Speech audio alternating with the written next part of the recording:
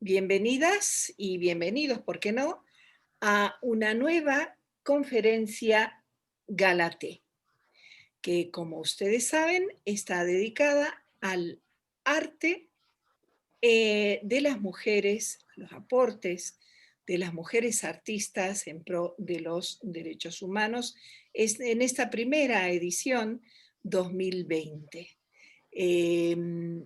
No quisiera hablar mucho más porque tenemos a nuestra presidenta, a la artista plástica Xenia Dalnova Ponset, quien va a brindarnos unas palabras de introducción.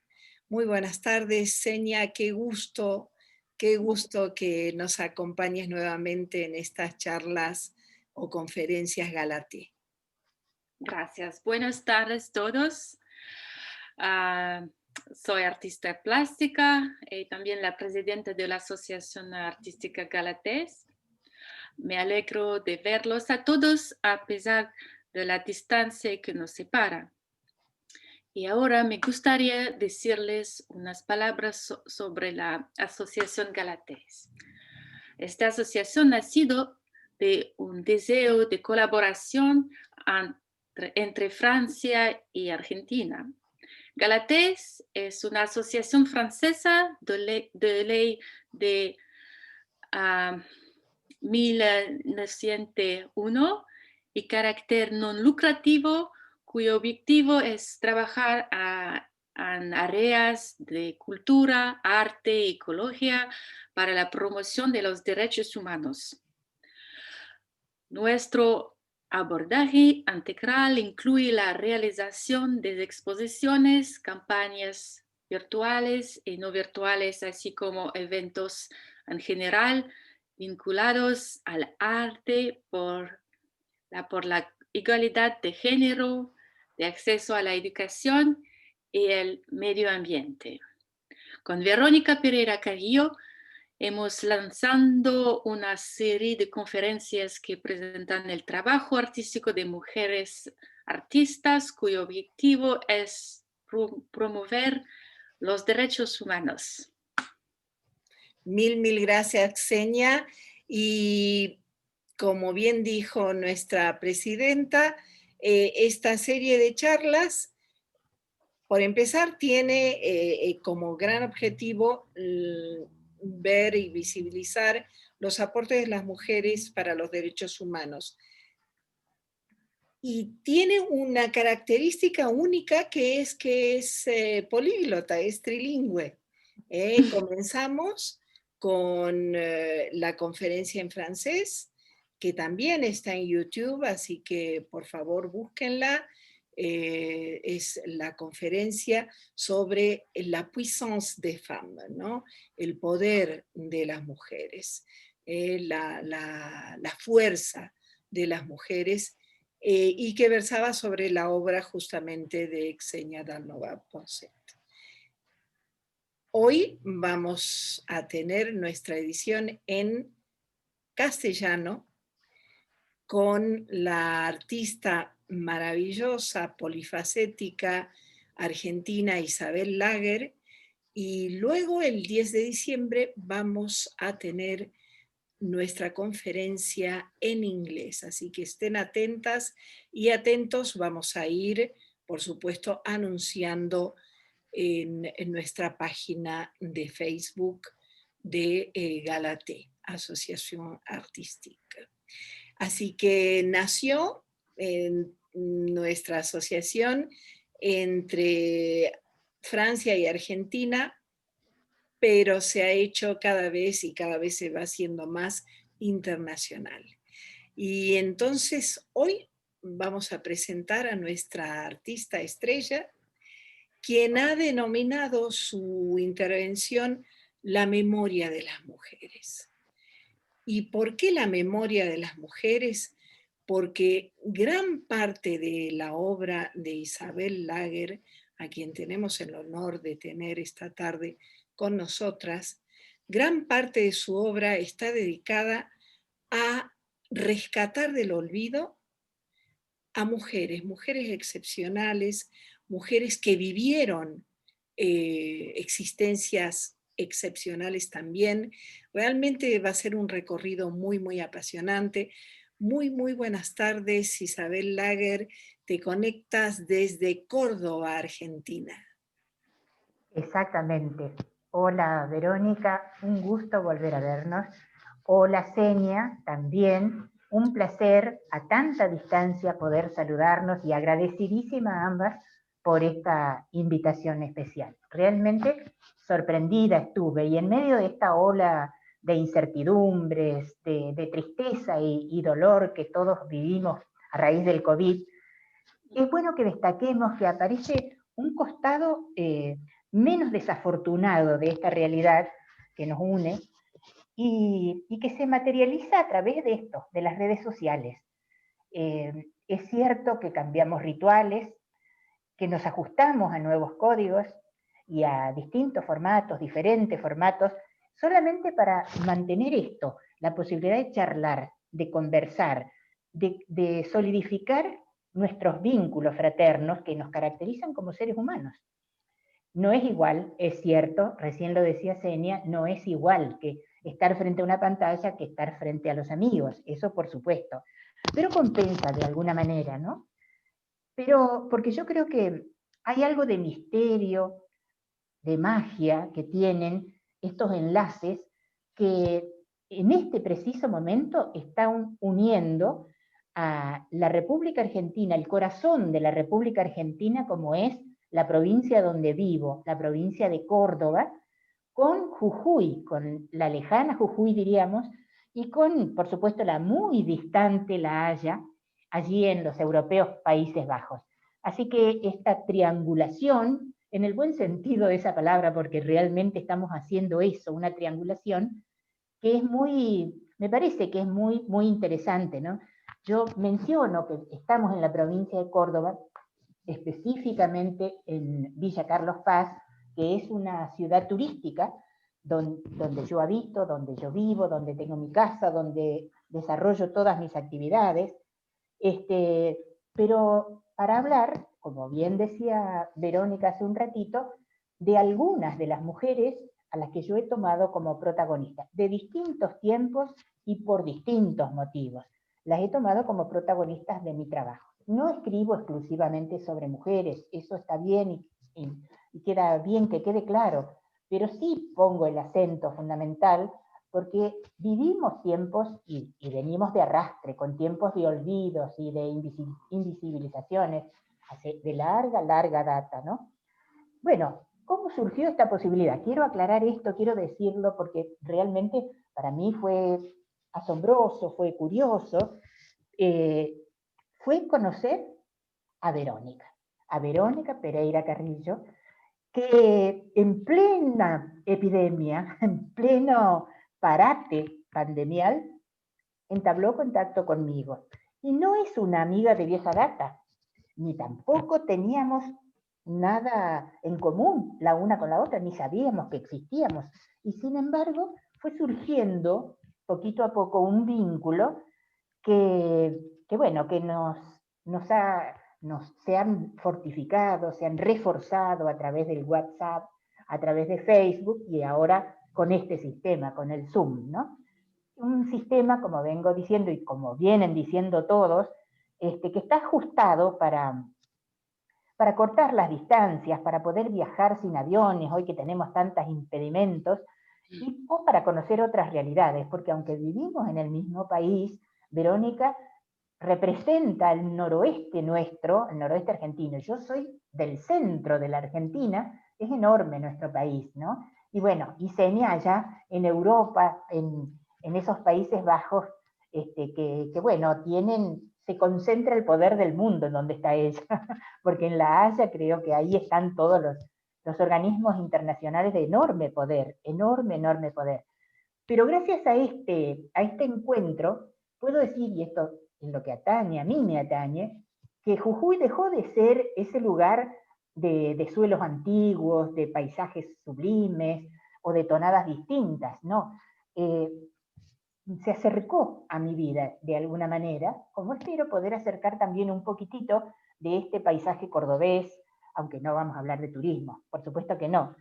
esta maravillosa tecnología, por sí misma valiosa, nos permite cruzar umbrales y, y hablar de las mujeres de las cuales pensamos con Verónica que podían interesar a todos los quienes están escuchando, ¿no? En nuestro primer contacto hablamos de una mujer, una francesa, arraigada a nuestro suelo, perteneciente al siglo XX, y de la cual ya voy a hablar, que fue Pablo del Cerro. Pero hoy he aportado, incorporado otras dos personas más, otras mujeres, de distintos periodos, ¿no? Porque yo creo que en esto, el encierro, esta pandemia, nos ha enseñado y hemos aprendido a superar el estado de depresión, el estado de enojo, el estado de miedo, de preocupación, bueno, una interminable lista, para poder abocarnos a buscar o reforzar o mostrar o exhibir a estos personajes que alguna vez formaron parte de nuestro repertorio literario, mío en particular, ¿no?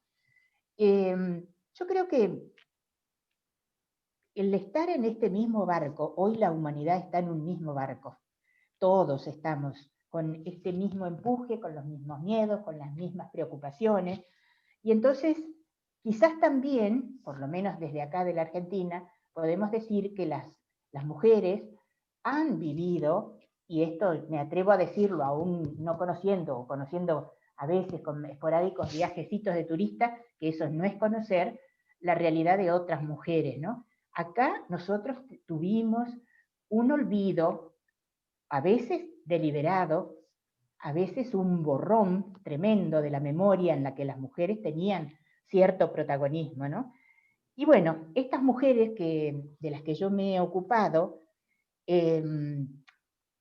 fueron algunas aguerridas luchadoras, otras defendieron sus principios contra viento y marea, en fin, cada una en lo suyo fue motivo para emprender esa lucha, para, para justificar sus existencias. No lo hacían es profeso, era la manera que tenían de mostrarse, de estar en el mundo, ¿no? Yo vivo acá, soy, digamos, una escritora del interior, llamaríamos nosotros, y esto lo digo para que quienes estén escuchando sepan que no soy emergente de una ciudad grande, de una metrópoli, sino de una ciudad de 80.000 habitantes. Tampoco es una aldeita chiquita, pero somos un pueblo grande, digamos, ¿no? Y tenemos todo, es un lugar precioso para vivir. Villa Carlos Paz, así se llama mi lugar. En este momento estamos sufriendo, como buena parte de nuestro país, una sequía tremenda. Tenemos un lago artificial que se está secando, los ríos que son apenas unos hilitos de agua. Pero bueno, así todo, hoy, como comentaba hace un ratitito, tenemos el cielo gris, hay una amenaza de chaparrones que ojalá se produzcan, porque necesitamos ese agüita salvadora, ¿no?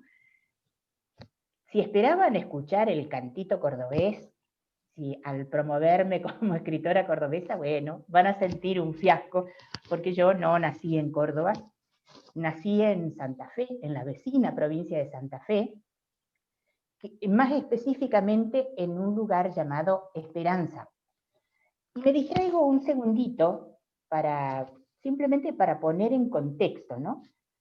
Salvo que me quieran preguntar algo y yo no siga hablando, porque si no parezco un monólogo, esto parece un monólogo. Verónica, vos conducís. No, a mí sí me gustaría que ya, si pudiéramos ya entrar en el tema de la memoria de las mujeres, claro. estas mujeres maravillosas a las que has dedicado tanto tiempo, sí. tanto arte para visibilizar. Claro. Bueno, entonces vamos a empezar directamente con una mujer que es del siglo XIX, que es cordobesa, a pesar de que los cordobeses aquí la conocen poquito y nada. Se llamaba Margarita Güell Paz, de Paz. estoy segura de que si hay alguien escuchando, algún argentino por allí escuchando, no va a saber de quién estoy hablando. Pero es un personaje que a mí me llamó infinitamente la atención cuando empecé a buscar material para otro trabajo, porque siempre me pasa así. Estoy buscando información para una escritura o para un artículo, para lo que esté haciendo, y me tiendan por ahí determinados personajes. Margarita, a lo mejor, como dije recién, el nombre por ahí no despierta. Ah, sí, es conocida, no. Pero le puedo contar que en aquel momento, nacida en 1814, con el paso de los tiempos, pudo haberse convertido en la primera dama nacional, porque su marido, José María Paz, que era a su vez el tío carnal, hermano de su mamá, fue un hombre muy poderoso dentro de la Liga Unitaria. Bueno, acá estaría bueno decir cuál es el contexto en el que se desarrolla la vida de Margarita, ¿no?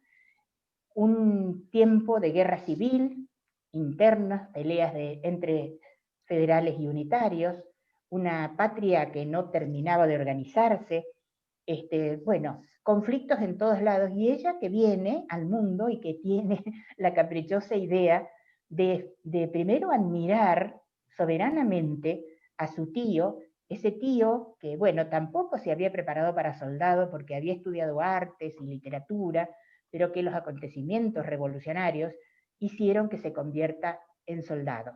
Y fue una mujer también, que de esta también tendríamos en algún momento que hablar, su abuela, Tiburcia Aedo, que hay que decir o recordar que Córdoba fue la más realista de todas las provincias argentinas. Durante más tiempo fue fiel al rey de España.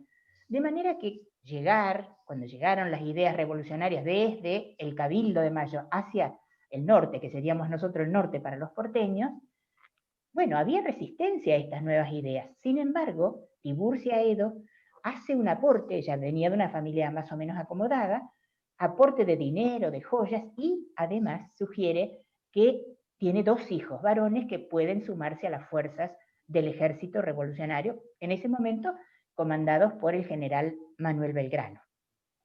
¿Para qué digo todo esto? Porque es muy importante comprender en qué momento, en qué periodo de nuestra historia se desarrolla la vida de Margarita, ¿no? Margarita es, bueno, en ese sentido es una mujercita maravillosa, y acá quiero volver a destacar el buen tino que tuvo Verónica cuando hizo ¡ay, estamos viendo! Bueno, no sé si estamos viendo.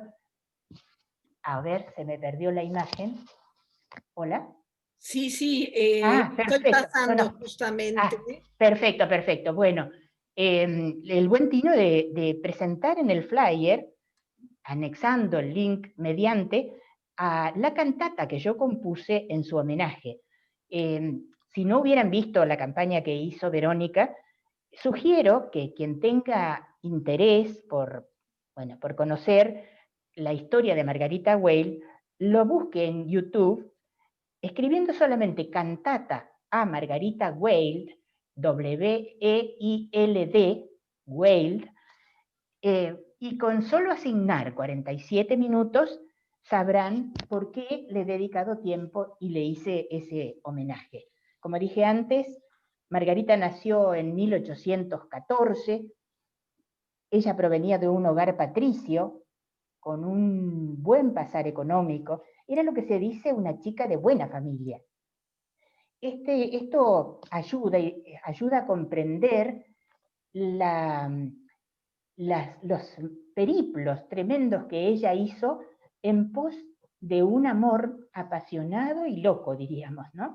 Porque ella se enamora perdidamente desde muy chiquita. Bueno, primero no era amor, pero era una admiración ciega.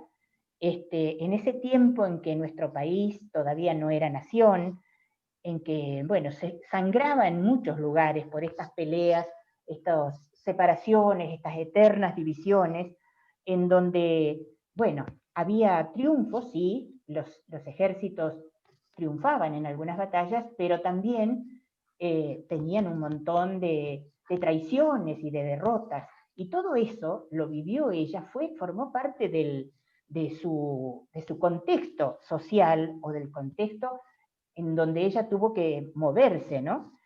La niña Margarita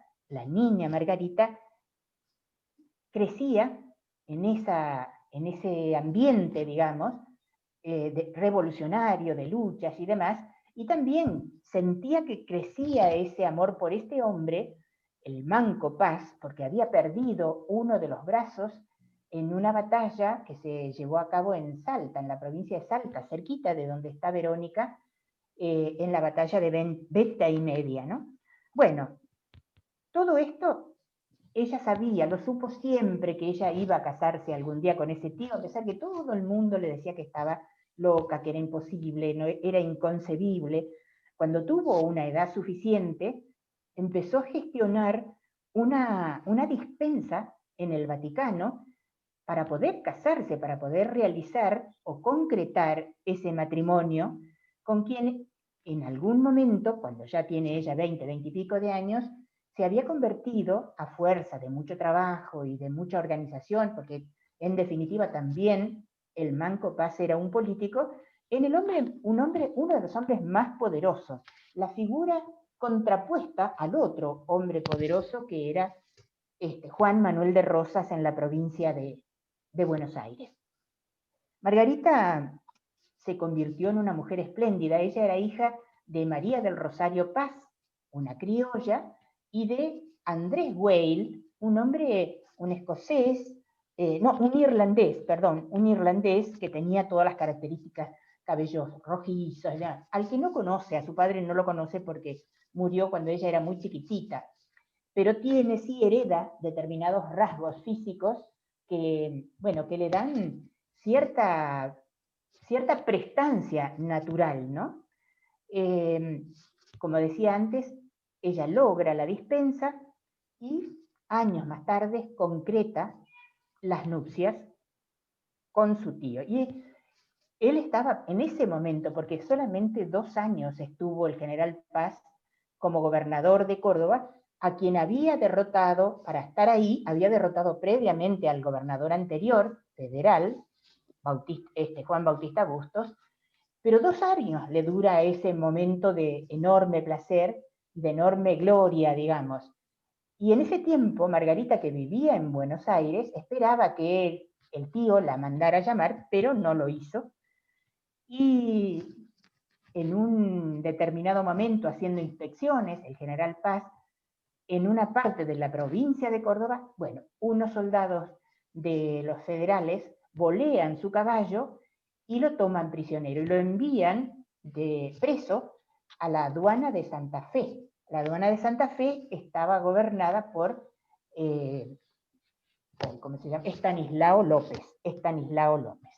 ¿Qué hace Margarita? Con su abuela, desde Buenos Aires, pensemos que estamos hablando ahora de 1830.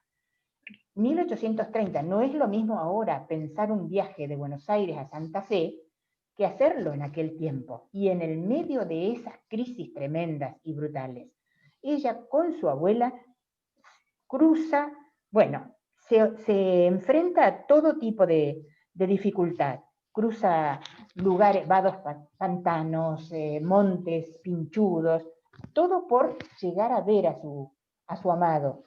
Cuando llegan frente a la aduana de Santa Fe, no le permiten verlo, pero insiste, hasta que finalmente el gobernador de Santa Fe cede y ella puede entrevistarse con el amado, ¿no? Después de unos años, porque en 1835, él está preso en 1831, desde 1831, pero en el 35 pueden concretar el matrimonio. ¿Y qué hace Margarita?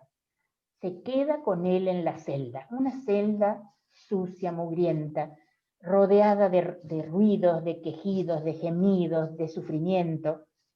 Ella se queda porque ella dice que quiere hacer valer su condición de esposa. Y se queda, y ahí van a concebir al primogénito, que después va a nacer en Luján, porque el gobernador de Buenos Aires tenía siempre en la mira a ver la ubicación que tenía el Manco Paz, y lo quería tener cerca para controlarlo mejor, así que lo hace trasladar de Santa Fe a Luján, 2 puntos no tan cercanos, y Margarita también se instala con su marido en Luján, en el Cabildo de Luján. Ahí van a ser su primogénito, ahí va a gestar un segundo hijo que muere inmediatamente, también gestará a una tercera, una bebé preciosa.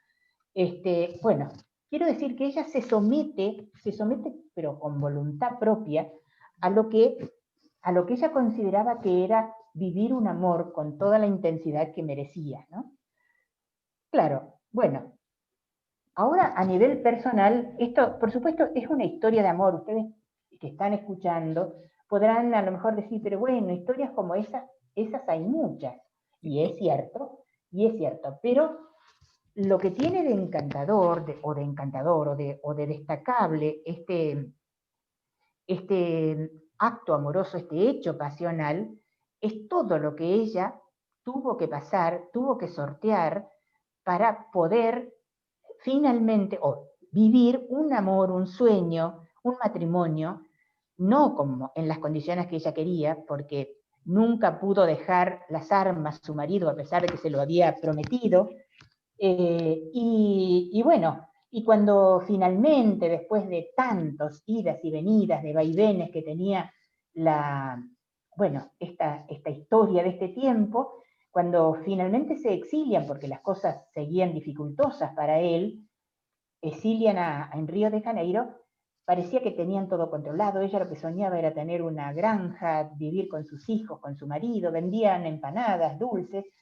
Bueno, cuando parecía que había logrado el sueño, le llega la muerte y, bueno, desaparece esta mujercita que tenía solo 33 años. 33 años. Esto que les conté es una apretadísima síntesis de lo que fue esta vida. Claro, pierde un poco de interés cuando uno quiere compactar una historia, ¿no? Pero bueno, no se puede, no se puede hacer de otra manera. Lo que sí quiero decir, porque recién Verónica al comentar mencionaba mi condición también de compositora musical, quiero destacar que yo normalmente escribo narrativa, escribo novelas, cuentos, relatos, muy poca poesía. Sin embargo, cuando empecé a escribir la historia de Margarita, me encontré frente a la computadora que me llegaban versos, y más que versos cantados a mi cabeza, ¿no? Y me senté y escribí casi apasionadamente lo que me salía, lo que fue filtrándose, no sé por qué, fue una conexión muy interesante, muy linda. Bueno, sentí así que estaba honrando, y por eso es el único trabajo. Yo corrijo bastante los trabajos que hago, pero este no, este lo dejé casi en el estado puro, y es como se lo puede ver, como decía recién en YouTube, en la grabación que alcanzamos a hacer.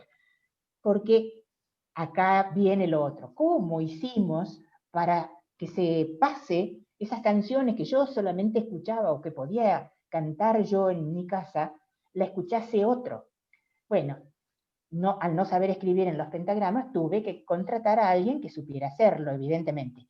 Le di un grabador con mi voz cantando las canciones, le di todo el texto, el texto de la cantata para que comprendiera el sentido. Y bueno, pasados unos días apareció por mi casa con un piano chiquitito y pude yo escuchar las canciones que antes era solamente privativo de mi cabeza. Fue un momento impresionante, extraordinario. Bueno, creo que no se puede reflejar. Fue increíble, un momento increíble. Y si ese momento resulta antológico, ni les cuento cómo me sentí el día en que, invitada por el director del coro, escuché esas mismas canciones en boca de 25 coreutas que armonizaban maravillosamente. Bueno, me flaquearon las piernas, realmente toda mi aparente fortaleza se vino abajo, se desmoronó. Realmente fue muy, muy conmovedor. Y aquí quiero, como habíamos dicho con Verónica en su momento, destacar que de mis trabajos, la cantata a Margarita Weil, es el trabajo que yo quiero particularmente porque es el trabajo colectivo y generosamente compartido que he tenido. Porque después de muchas idas y vueltas también yo, para buscar a ver a quién podía presentar y estrenar la cantata en su momento, en el año 2008, el director Ramón Chiquito Catramboni, si hay argentinos escuchando el nombre quizás les resulte conocido porque fue un integrante de Los Trovadores, un emblemático y maravilloso grupo vocal argentino, folclórico, maravilloso, y junto con la voz que relató la cantata de Adriana Caraude, una mujer muy número uno en la radiofonía cordobesa, en ese entonces tenía un programa en LB2, una radio que ya no está, que ya no existe. Bueno, todos ellos, los coreutas, 25 voces, y ellos trabajaron denodadamente para que esta cantata fuera un éxito y que terminó siendo presentada en el Palacio Ferreira, que es el Museo Evita que tiene la ciudad de Córdoba, un día de diciembre del 2008, y luego en otros lugares, por supuesto, lo presentamos en distintos lugares, todo a pulmón, a todo pulmón, o todo a pulmón diríamos, ¿no?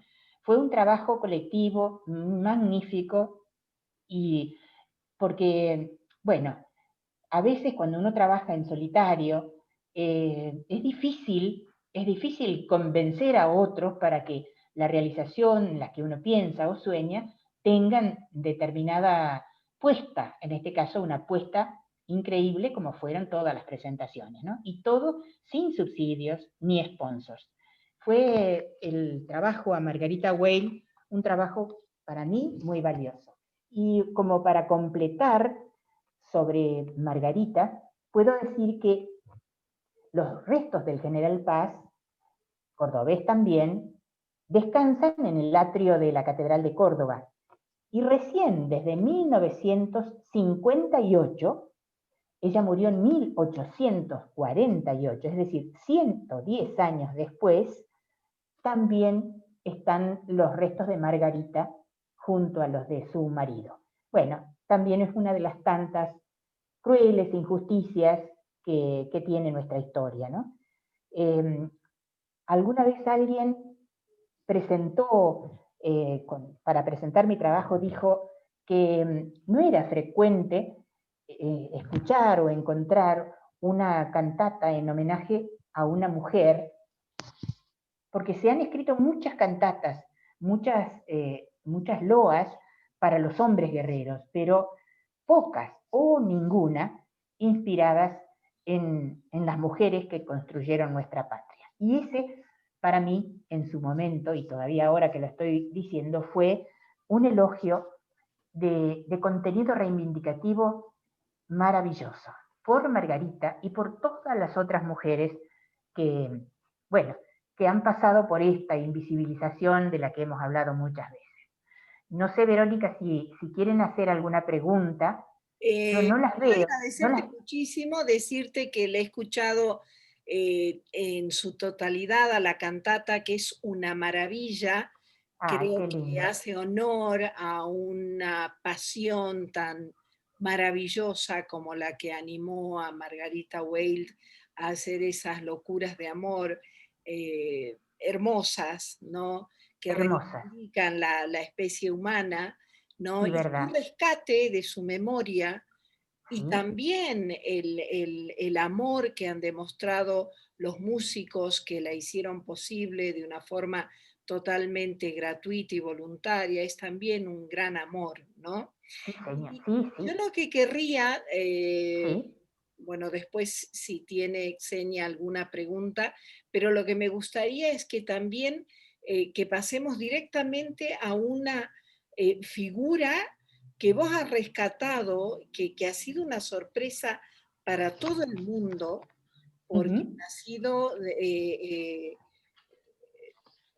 Es decir, Que bueno, no quiero adelantar nada porque, claro. pero bueno, me estoy No, no, no, pero refiriendo a está Nenet, perfecto. por supuesto. Claro, Eh, estás hablando de Nenet o Pablo exacto. del Cerro. Se- Sí, Senia, Senia, ¿tenés alguna pregunta para hacerle a Isabel? Sí, previamente soy am, he descubierto a Margarita Welt, no ah, sabía esta mujer, es muy interesante cuando ah, am, he empezado a hacer esas obras para por ayudar a su marido. sí, sí, sí, sí. Sí, am, eh, am, quisiera saber cómo es, cómo esta mujer ha empezado a hacer sus obras maravillosas. Bueno, Margarita Boil creo que fue, como decía hace un ratito, consecuencia de esos tiempos, ¿no? Porque probablemente ella estaba destinada a ser una niña bien, una niña acomodada, una señorita, diríamos, casadera, que a lo mejor tenía como destino, como meta, como era un poco el destino de todas las mujeres bonitas o no bonitas, todas las mujeres jóvenes, a tener, bueno, o casarse o ir a un convento. Ese era un poco el destino de casi todas las chicas, ¿no?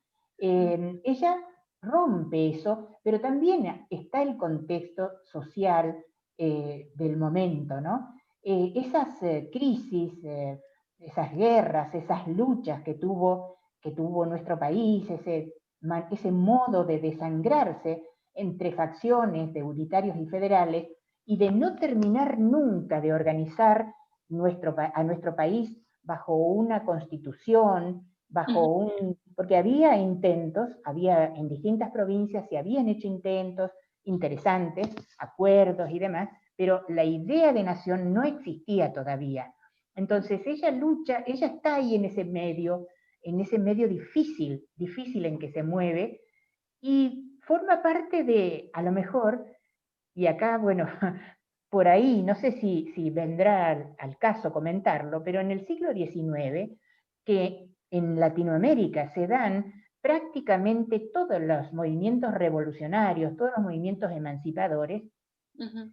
eh, tienen las mujeres la posibilidad de mostrar, cosa que después no va a ocurrir una vez que se organiza nuestro país en torno a una constitución, tienen la posibilidad de hacer y de accionar y de gestionar cosas, porque tenían que ocupar los espacios que dejaban los hombres al irse al campo de batalla, al ir a enfrentar al enemigo, a los godos, a los realistas, a los españoles, ¿no?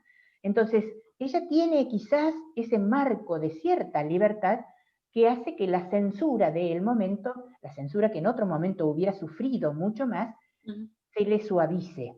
Entonces ella hace un montón de cosas para seguir, para acompañar, porque se movía de un lado a otro, tratando de tener cerca a su marido para que él pueda verla si es que podía hacerse una escapadita.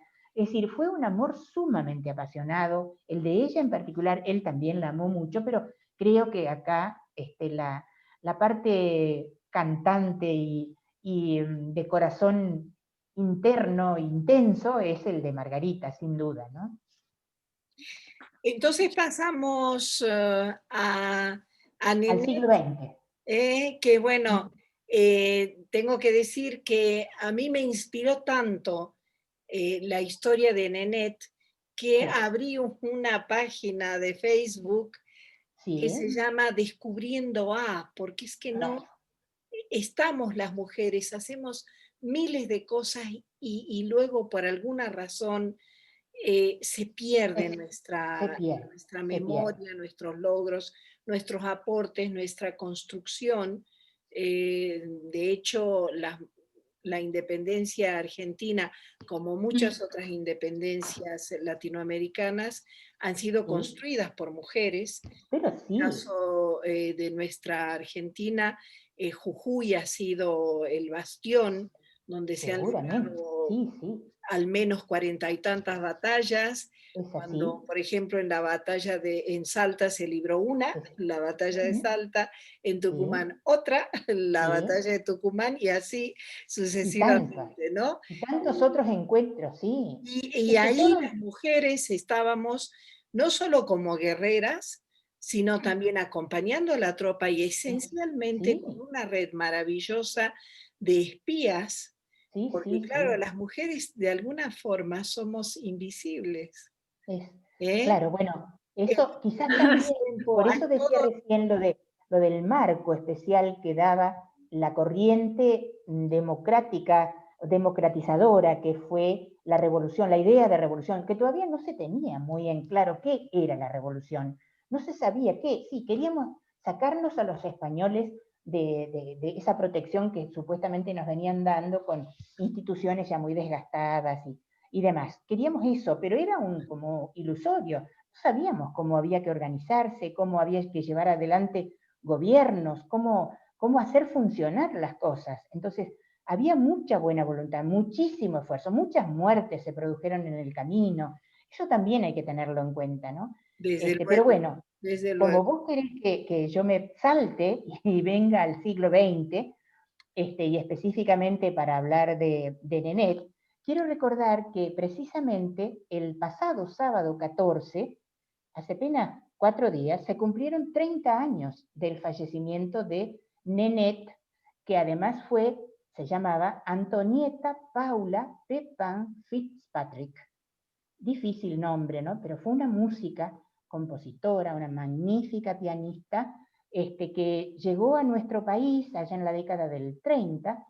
Ella había nacido en el continente americano, era francesa, nunca dejó de ser francesa, porque nunca resignó su ciudadanía francesa, pero había nacido en Saint-Pierre en Miquelon, son unos islotes que están frente a la península de Terranova, en el Atlántico Norte, ahí cerquita de Canadá, frente a Canadá, de manera que también era americana, es decir, nosotros la teníamos, había nacido acá, nos pertenecía, pero a los 10 años, cuando ella tiene 10 años, su familia se traslada a Francia, hace, bueno, estudia en un conservatorio especial en Caen, bueno, en fin, recibe la formación, particularmente formación musical, y se destaca considerablemente como ejecutante del piano dentro de la música clásica, por supuesto, y también compositora. Pero bueno, en determinado momento deciden venirse a la Argentina, específicamente a Buenos Aires, a un lugar llamado Banfield, y bueno, desde ahí ella empieza, no sabía nada de español, no conocía nada de nuestras costumbres, muy poco, pero puso y tuvo siempre la condición sensible de las que tienen muchas veces, que tenemos muchas veces las personas. Y esto no es solamente una cuestión de género. Hay hombres y mujeres sensibles, y ella lo era. Ella empieza a escuchar, empieza a oír, empieza a descubrir que está en otro mundo, hay otro mundo musicalmente hablando, ¿no? Musicalmente hablando. Por eso es que creo que es importante, yo creo que estos días, que por suerte han surgido, se ha puesto de manifiesto el interés por la obra de Nenet, la esposa de Yupanqui, y se le han hecho un montón de homenajes, se han hecho obras de teatro, se han hecho, bueno, recitales, muchos recitales en su nombre, y de ese modo yo creo que muchos pudieron encontrar que en la obra yupanquiana, que en esta magnífica y gigantesca obra que ofreció al mundo Don Atahualpa Yupanqui, está Nenet presente, porque ella fue rigurosa, no solo con su condición de compositora, sino también para observar las construcciones musicales que hacía Don Atahualpa, ¿no? Y él, por suerte, la escuchaba, porque si hay algo que existió entre ellos fue un respeto profundo. Por supuesto, se enamoraron, ellos se conocen en 1942, pero recién empiezan a convivir en 1946. Yupanqui estaba casado en ese entonces, con un mal matrimonio, Entonces, bueno, había que solucionar todo ese conflicto familiar antes de irse a vivir juntos, y van a elegir el Cerro Colorado como refugio. También tenían un departamento en Buenos Aires donde ellos compartían su vida. También van a compartir un solo hijo, que es Roberto, el Colla. Chavero era el apellido de Donata, Héctor Roberto Chavero. Pero claro, llegó un momento en que ella, componiendo zambas, chacareras, bagualas, tenía que firmar las canciones, y su nombre no ayudaba mucho. Era muy extranjero, muy difícil de pronunciar, entonces un día elige el de Pablo del Cerro, el seudónimo Pablo del Cerro, transformando su segundo nombre, que es Paula, por Pablo, y del Cerro para señalar o resaltar un lugar que fue muy importante en su vida, su verdadero refugio, que fue el Cerro Colorado, una población chica que está en el norte de la provincia nuestra, de esta provincia donde yo vivo, que tuvo verdadera significación en su vida, ¿no? Yo creo que el trabajo que me llevó a buscar, no había información sobre Nenet, no había poco y nada, y bueno, componer, retratar, construir, armar a un personaje tratando de ser lo más fiel posible y tratando de ser también respetuosa con los tiempos, llevó bastante tiempo. Bueno, y finalmente terminé de escribir con poco material, porque en realidad poco material. Mucho me aportó su hijo, que a él lo conocí justamente ante este interés mío de escribir sobre su madre, y como pude, bueno, acomodé los retacitos de información que tenía, y cuando en un determinado momento sentí que mi trabajo estaba terminado, y así lo presentamos en el 2020, en el 2000, perdón, en el 2020 no, en el 2000 lo presentamos en el marco de la Feria del Libro, que se hace todos los años en Córdoba capital. Bueno, fue una verdadera prueba de bautismo la que tuvimos, y digo tuvimos porque el hijo de Nenet y de Donata me acompañó en muchas presentaciones. Yo siempre soy una eterna agradecida, porque él vivía en Buenos Aires en ese tiempo, y cada vez que yo le contaba que teníamos la presentación del libro, él venía y acompañaba. Era como si fuese un custodio de la memoria de su madre, ¿no? Y eso para mí fue muy valioso, para el libro fue muy valioso, y para la gente del mundo del arte folclórico, de nuestras concepciones criollas, digamos, fue, como vos dijiste, Verónica, un gran descubrimiento, porque muchos descubrieron que junto con Yupanqui había también una mujer llamada Pablo de enorme talento, que ella sabe en algún momento y lo descubre, que toda su condición, que ella, todo lo que sabía de música clásica, todos sus conocimientos de armonía y demás, eran semejantes al de tantos otros. En cambio, el hombre ese, al que vio en Tucumán por primera vez en 1942, era único, era un arte absolutamente distinto, y ella propulsa y empuja con un contexto social difícil y conflictivo, el hecho de que él vaya a Europa y muestre, porque ella estaba segura de que ese arte iba a ser muy bien valuado por los europeos, ¿no? ¿Hola? Sí, te estamos Bien. escuchando con muchísima atención. Yo he estado apuntando, he hecho Sí. un círculo amarillo en Nenet, Ajá. Ajá. y en el libro que has publicado, y luego Sí. cuando has mencionado al hijo de Nenet y Don Atahualpa, he estado apuntándolos también. Para dar un Buenísimo. contexto, Atahualpa Bien. Yupanqui ha sido uno de los folcloristas más conocidos a Sí. nivel nacional y a nivel, como bien dice Isabel, internacional. Sí. Entonces, para mí que me dijeran que numerosísimas obras de Don Atahualpa eran con música Compartidas, claro, compartidas, una en mujer, coautoría. Son 65 que firman en coautoría ambos. Eso fue muy, para mucha Pero, gente, muy pero sorprendente. algunas piezas que son como el himno, ¿no? Total. Una tucumana, por ejemplo, ¿no? Sí, sí, Es sí, decir, sí. hay Eh, piezas que son de Sí, Net en música y letra Don Atahualpa, este, sí, sí. que de pronto... Bueno, Indiecito Dormido, que lo hemos cantado tantas veces, El Alazán, a mí me encanta muchísimo, me gusta esa, El Arriero va. El arriero, Es, por es ejemplo, claro. es como, En las arenas para cantando darte remolinos. contexto, Xenia, es como si te dijeran que, no sé, que las obras de Aznavour en realidad no eran de él. Claro, Sí, sí, yo puedo decir, es la misma importancia para Argentina como las obras de Aznavour, Claro, en claro, coautoría, claro, Ñanzura, pero ah, claro.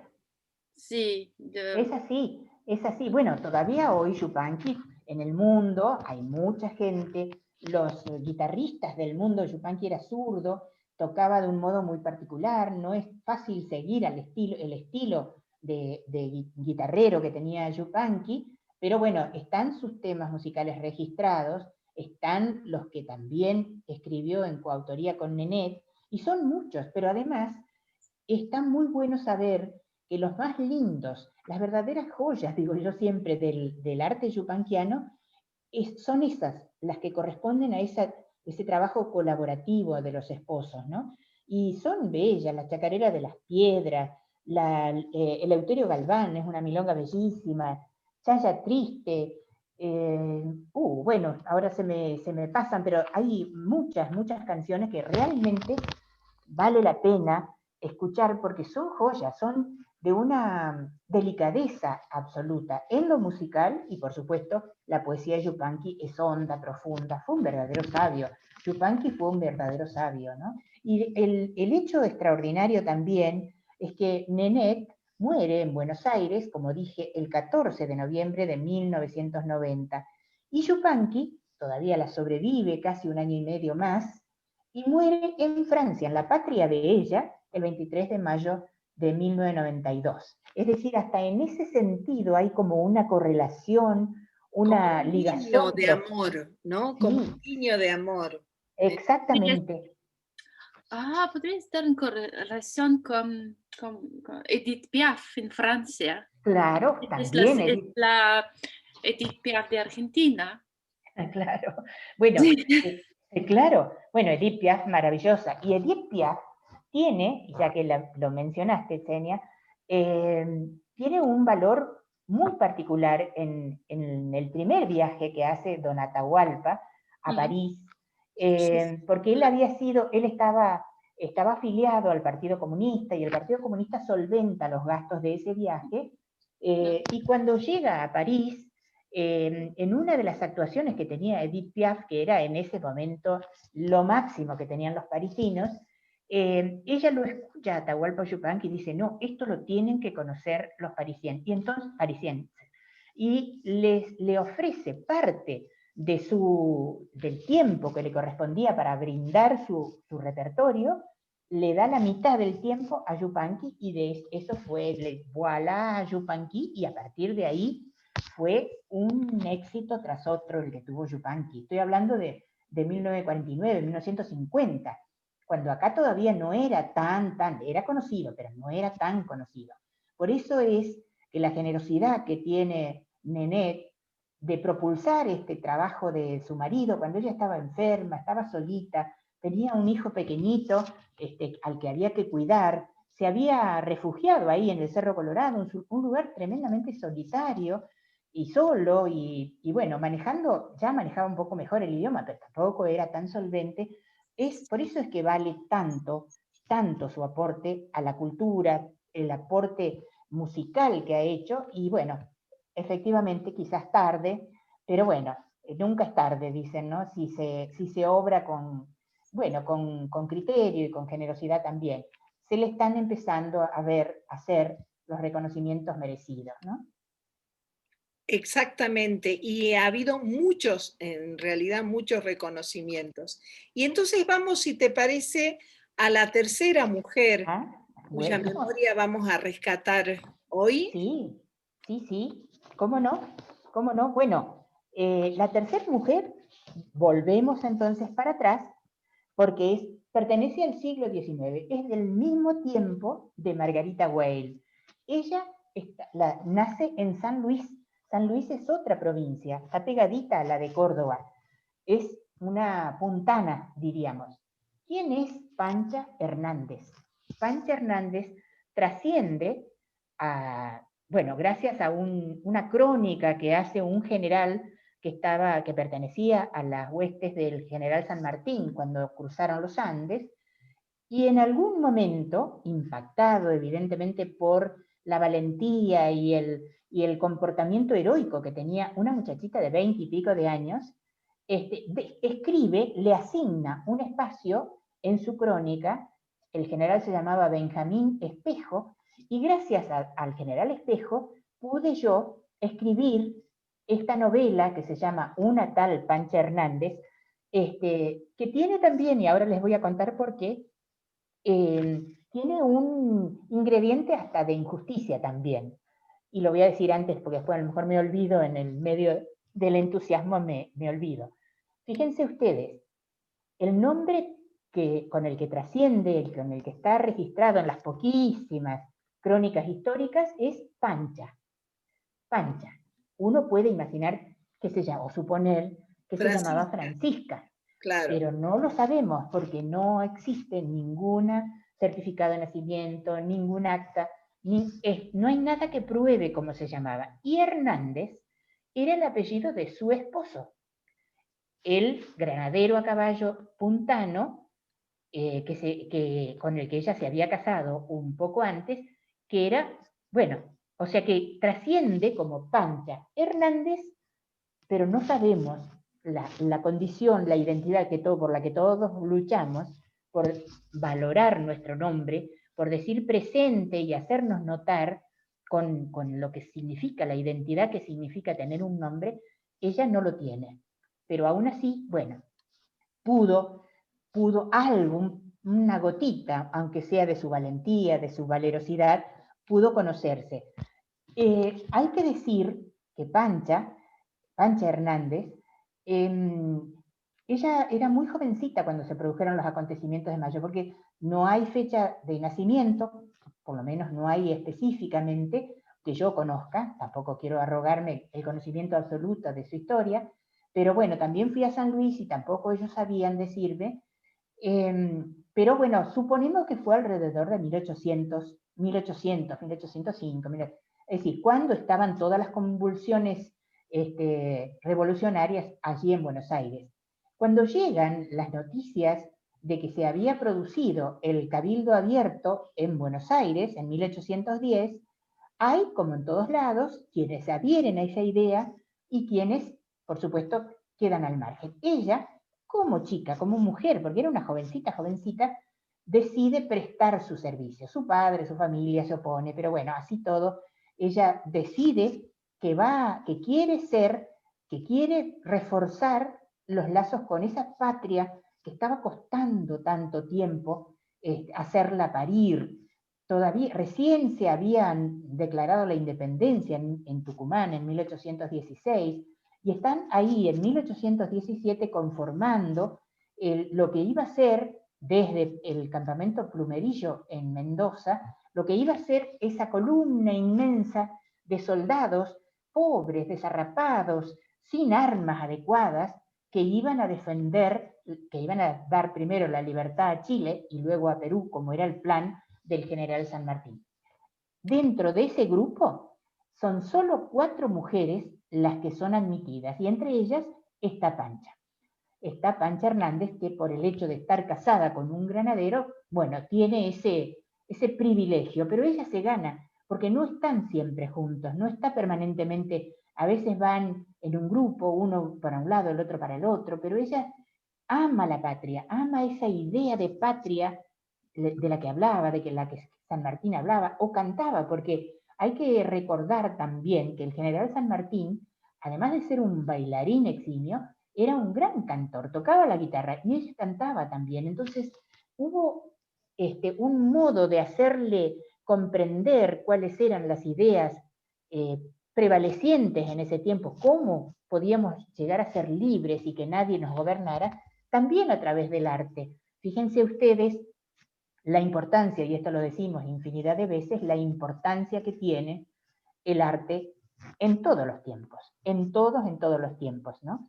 Yo creo que Pancha Hernández pertenece a otro segmento, ella forma parte de lo que diríamos es el pueblo, de una clase trabajadora, como fundamentalmente eran todas las personas que vivían en las zonas de las provincias, ¿no?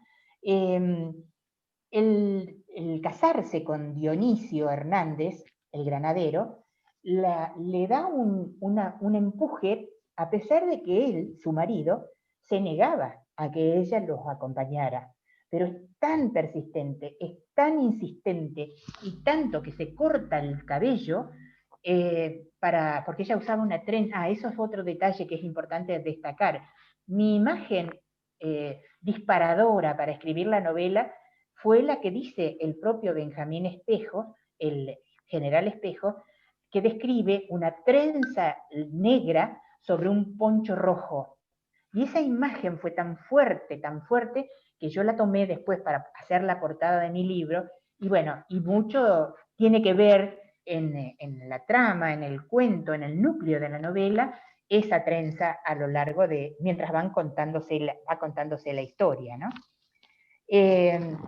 Vuelvo a decir, esta chica no solamente hace las tareas que hacen todos los expedicionarios o los que van a cruzar la cordillera, cruza la cordillera, nunca había salido ella de San Luis. Cruzar la cordillera es difícil, hay que tener una resistencia brutal. Ella pierde un hijo en el transcurso del primer cruce. Bueno, todo fue duro, inclemente, difícil de llevar, pero ella sigue adelante. Nunca había viajado en barco, tenía miedo de viajar en un barco, a expensas, estar en esas cascaritas de nueces, porque los barcos de entonces eran muy débiles, muy frágiles. Y ella, bueno, en Valparaíso se embarca hacia Lima, hacia el Callao, en Perú, en ese barco, superando los vómitos, los miedos, bueno, todo por poder hacer realidad el sueño de contribuir con el sueño libertador del general, ¿no? San Martín.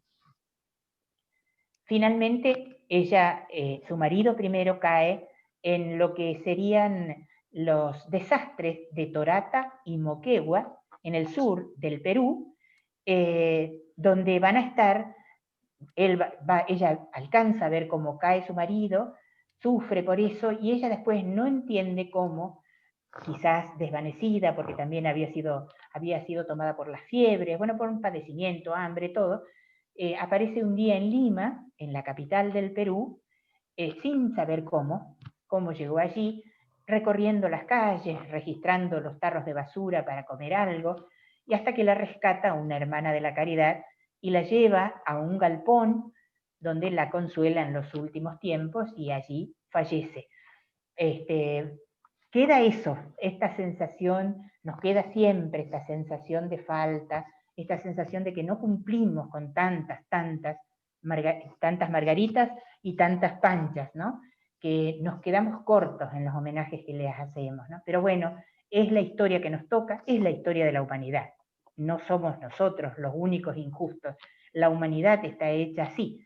Se arma con los retazos que se puede, después nos cuentan las historias como quieren también, pero hay otra historia, siempre hay otra historia. Y en esa otra historia, muchas, pero muchas mujeres involucradas. Mil gracias, Isabel. Realmente, qué historias magníficas que has rescatado y que has logrado hacer arte, ¿no? Qué lindo. Desde la literatura, desde la música, una maravilla. No sé, Eugenia, si tenés alguna pregunta final para ya ir concluyendo nuestro encuentro. Francisca Hernández es una gran recordar el saber de la música, es una gran musicóloga. Mira, no sabía, no sabía. Francisca Hernández. Ajá. ¿Musicóloga? Sí, es muy... esta mujer tenía muchas... estaba muy difícil de decidir de ir